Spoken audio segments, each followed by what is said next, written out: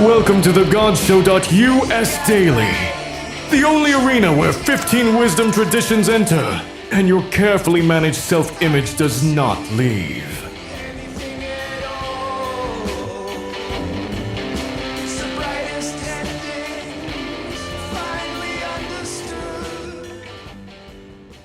This podcast comes from thegodshow.us, a free daily multilingual project where one question gets run through 15 wisdom traditions. Find today's question, ask your own, and discover your belief profile at thegodshow.us. Today's question: when I realize I have been more devoted to being good than to being real, what have I been protecting others from? Maybe the question is, what does performing goodness actually cost everyone in the room?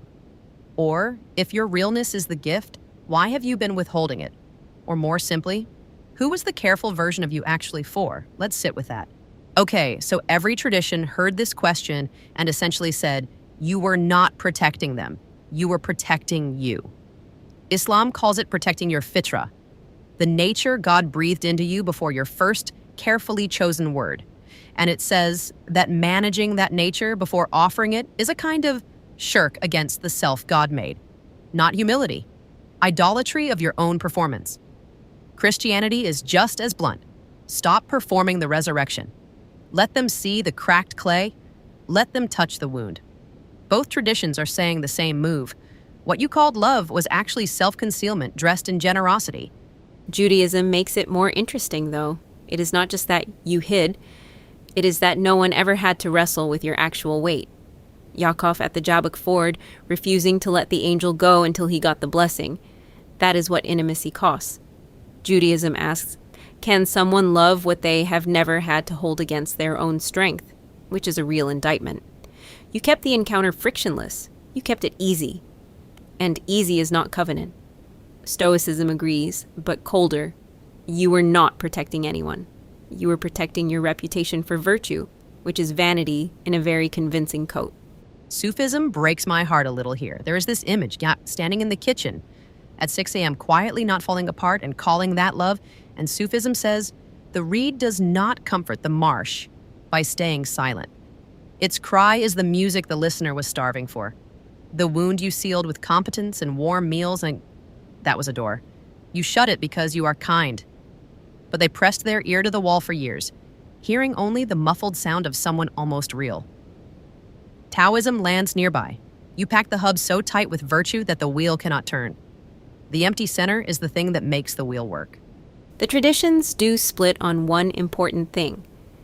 Vedanta says, almost gently, nothing.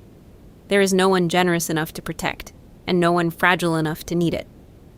Just awareness, wearing a costume that got attached to the compliments, the noticing that your goodness was performance, that noticing was never performing, it simply was. That is very different from existentialism, which says you kept them safe from your freedom.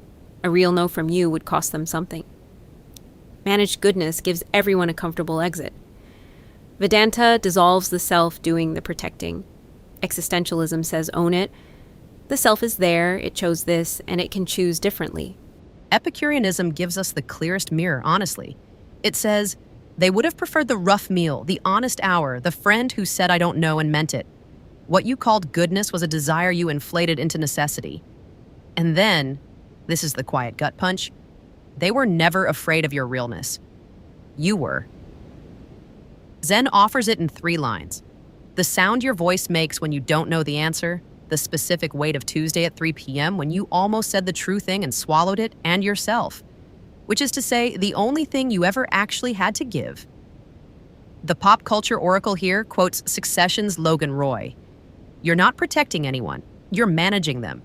And for once, the oracle is not wrong.